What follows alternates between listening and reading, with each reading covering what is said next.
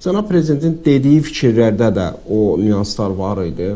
Bunun yəni o həm sənədlər barəsində, həm də Zəngəzurun tarixi barəsində. Sizcə bu tarixi prezident tərəfindən vurğulanması gələcəkdə hansı bizə üstünlük ya da ki, hansısa planlardan xəbər verirmi? Yox, planlar deyəndə əvvəla Azərbaycan dövləti, onun ali siyasi rəhbərinin və şəxsən cənab İlham Əliyevin bu dediyiniz məsələlərlə bağlı mövqeyi belədir ki, baxmayaraq ki, bugünkü Ermənistanın ərazisinin mütləq əksəriyyəti tarix Azərbaycan torpaqlarıdır. Amma biz indiki geosiyasi reallıqları qəbul edirik. Bizim Ermənistan ərazi iddiamız yoxdur və bizim məqsədimiz odur ki, Azərbaycanın əsas hissəsi ilə Naxçıvan arasında quru əlaqəsi yaradılsın və yəni Azərbaycandan gediş maneəsiz baş tutsun. Dəmir yolu xətti işə düşsün, avtomobil yolları işə düşsün və burada heç bir gömrük məntəqəsi fəaliyyət göstərməsin və biz təhlükəsizlik məsələlərini həll etməliyik bu istiqamətdə. Yəni ərazi iddiamız yoxdur.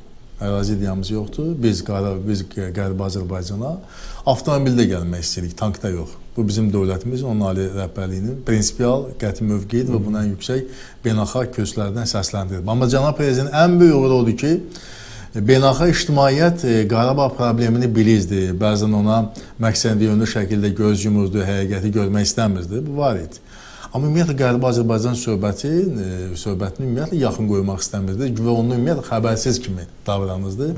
Cənab Prezident ən böyük tarixi uğuru onunla bağlıdır ki, Qərbi Azərbaycan məsələsini beynəlxalq ictimai fikrə çatdırıb, təkcə çatdırmayıb, onu qəbul etdirib və Qərbi Azərbaycan istilahı var. Bu terminologiya da artıq qəbul edilib. Bu çox mühüm uğurlardan biridir.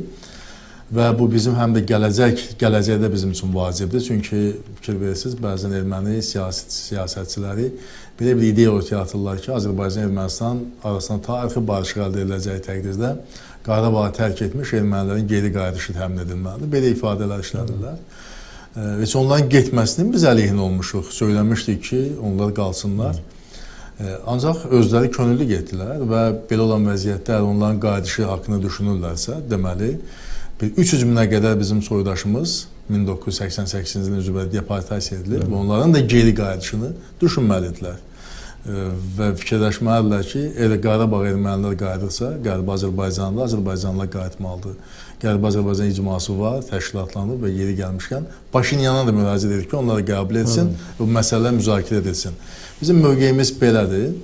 Və cənab prezidentin bu çıxışında Türkiyədə bu məsələ dilə gətirməyinin bilirsiniz bir də mənası nədir?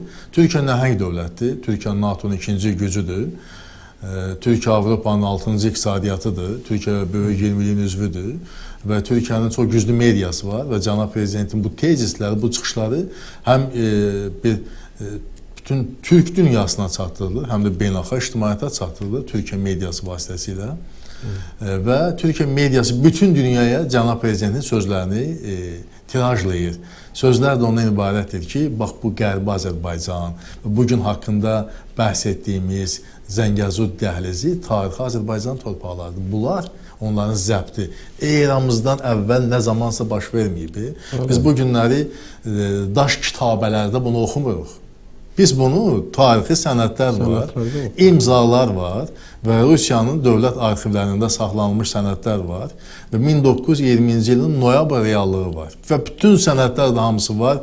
Necə oldu, necə baş verdi, hansı addımlar atıldı, kimlər imza atdılar, hamısı qalıb. Və Azərbaycan xalqının siyasi iradəsinə ziddinə olaraq heç bir referendum keçirilmədən bunlar baş verib, bu hadisələr baş verib. Və qoy bunu bütün dünya bilsin, bu reallığı bilsin və dediyim kimi Türkiyə mediası da bütün bunları yayır dünyada və bu günləri doğrudan da sevindirici haldır ki, beynəlxalq ictimai fikrdə Qərbi Azərbaycan istilahı var.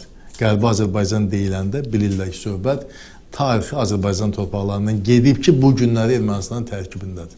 Və Ermənistan da bunu bir hədiyyə eləyiblər, bir bəxşəyiş eləyiblər. Və dalıcaq da iştah diş altındadır məntiqindən çıxış eləyərək Azərbaycan digər əraziləri və Qarabağ Şərqi Zəngəzurda işğal edilmişdir. Yəni bu reallığı bilir.